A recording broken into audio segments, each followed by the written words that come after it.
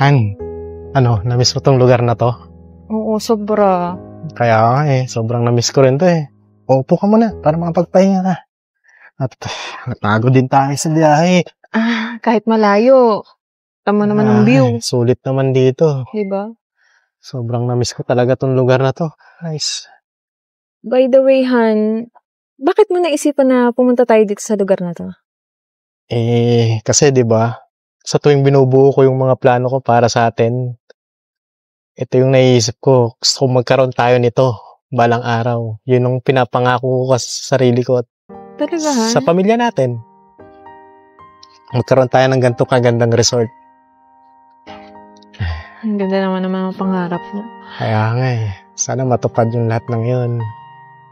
Kaya pipilitin ko talagang makakyat ng barko. Ha? Bakit ng barko? Hindi ko ba nasabi sa'yo? Diba, nag-a-apply akong seaman. Wala ka sinabi sa akin. Wala ka nababanggit. Nakaayos na nga yung mga papeles ko Han, hindi natin dapat usapan. Bakit bigla naman? Actually, sorpresa yun Pero nabanggit ko na sa'yo yun minsan, di ba? Huwag kang mag-alala, magiging maayos naman buhay natin. Han, ayoko. Gusto ko dito ka. Maghanap ka na lang ng ibang trabaho. Marami naman dyan. Dito ka na lang. Mapupurnada pa yung mga pangarap ko niyan. Kahit naman magbarko ka, parang halos ganun din naman yung sasahurin mo dito Maganda naman yung mga pinag-applyan mo, yung dati. Diba? Pero Han, iba pa rin yun. Kasi, ayun, ilang buwan lang. Kikita ako ng malaki. Alam mo namang may posisyon na rin ako Mabilis lang yun. Ano ayoko? Pumayag ka na. Sige na. Huwag ka nang malungkot. Tinan mo, iiyak ka na naman. Kaya nga tayo pumunta dito para maging masaya, di ba? Mas naman Mas gusto ko nakasama ka dito. Yung lahat matutupad naman natin yun Pero yung malalayo ka, ayoko. Lahat ng to para sa mga pangarap natin. Intindihin mo na lang. Kahit sa akin, masakit din naman sa akin ang iwan ka Hayaan mo, pagbalik ko, magpapakasal tayo. Malungkot. Basta pangako mo Oo, pangako babalik yan. ka. Pangako yan. Enjoy the moment na lang. Huwag ka nang malungkot, ano ka ba? Umayos ka. Halika, doon tayo sa bandaron. Tayo na, Chris na. Kararating lang natin Iyak ka nang iyak agad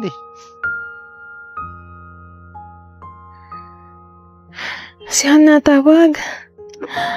Han! Bakit ngayon ka lang tumawag? Matagal-tagal na rin nung last mong nung tawag mo sa akin. Kamusta ka na dyan? Ano? Anong hindi ka na makakabalik? Han! Paano naman yung mga pinangako mo sa akin?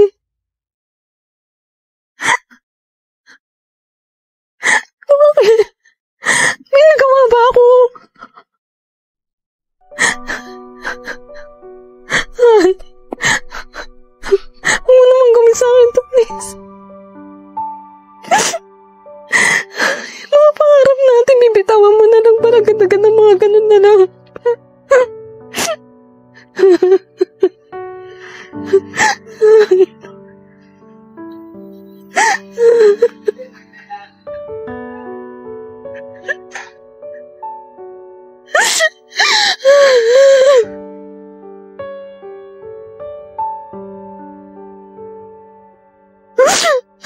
Sabi mo.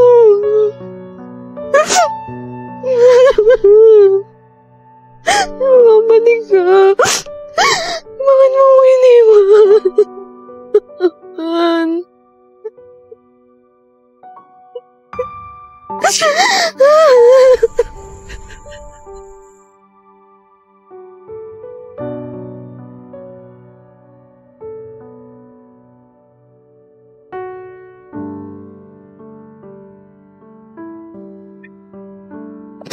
Miss?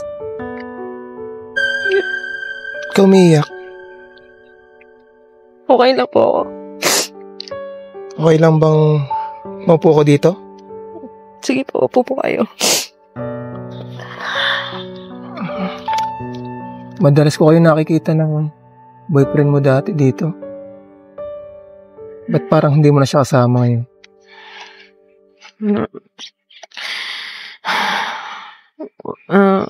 Wala na kasi nakaalis na siya. Sumakay siya ng barko. So, sa madaling sabi, iniwan ka niya? Hindi naman. May mga pangako naman siya sa akin na babalikan niya ako. At marami kaming pangarap. Natuto pa rin. Pero, tumawag siya sa akin eh. Hindi na daw siya babalik. Kang umiyak.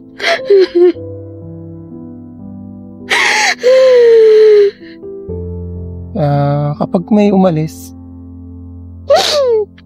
may darating na bago. Kaya kung iniwan ka niya, hayaan mo lang. Malay mo, merong masigit na papalit sa kanya. Ayoko. Gusto ko siya lang. Marami kaming pangarap. Gusto kong buhay namin yun kami lang dalawa. Ayoko sa iba. Ano umiyak? Hayaan mong tulungan kitang makalimutan siya.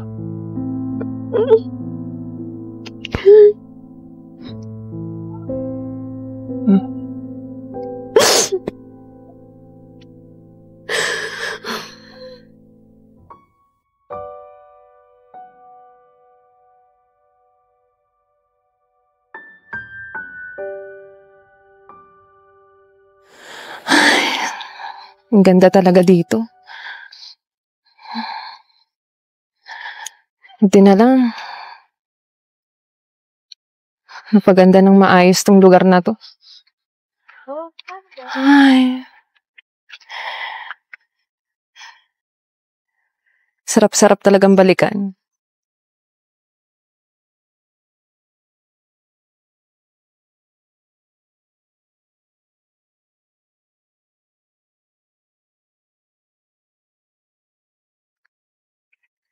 Sana laging ganito. Masaya. Walang iniisip na problema. Ang sarap sa pakiramdam.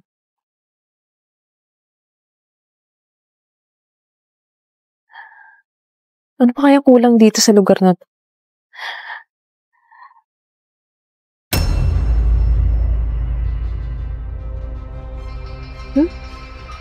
Mahal ko, ikaw ba yan? Mahal ko. Mahal ko. Ha? Ano? Nagulat ka ba? Andito na ako, Barbs.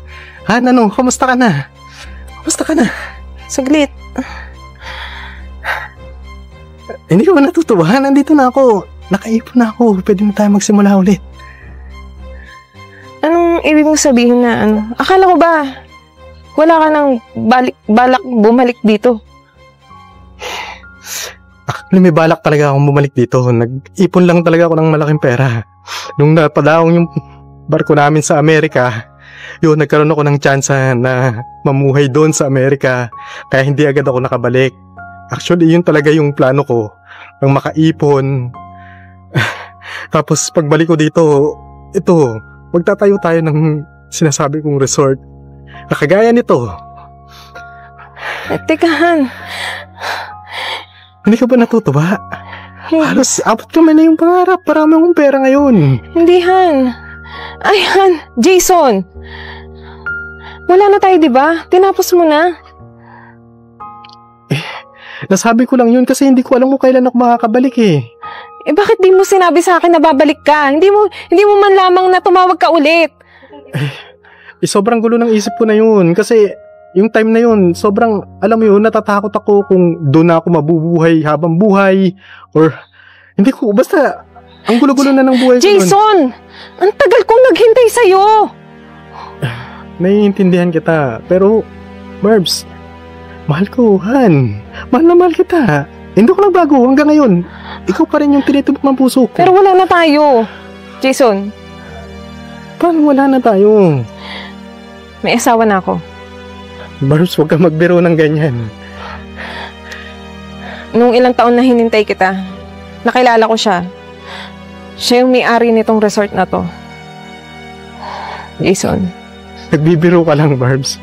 Hindi. Alam ko nagbibiro ka, huwag mo biruin ng ganyan. Jason, lahat ginawa ko. Hinintay kita. Pero, niho, wala ka man lamang ginawa. Eh, pagkaya nga ng sinabi ko sa'yo, kahit nga sa pamilya ko hindi rin ako nakakontak sa kanila kasi nga, ang goal ko talaga makaipon ako. Kahit ayoko rin nakakaalam kung sino man yung mga bagay-bagay o kung sino yung mga taong ayoko makaalam kung nasan ako. Jason, nag-alala ako! 4 years! Nagantay ako! Pero anong ginawa mo? Puro lungkot yung binigay mo sa akin. Ibang tao pa yung gumawa para sumaya ako. Tingnan mo yung kalagayan ko ngayon. May-ari ako ng resort na to. Kasalanan mo, Barbs, pero hindi pa naman siguro huli ang lahat, diba? Nagbibiro ka lang, diba? Jason, tumigil ka. Kasal na kami. Tapos na tayo. Tama na, Jason.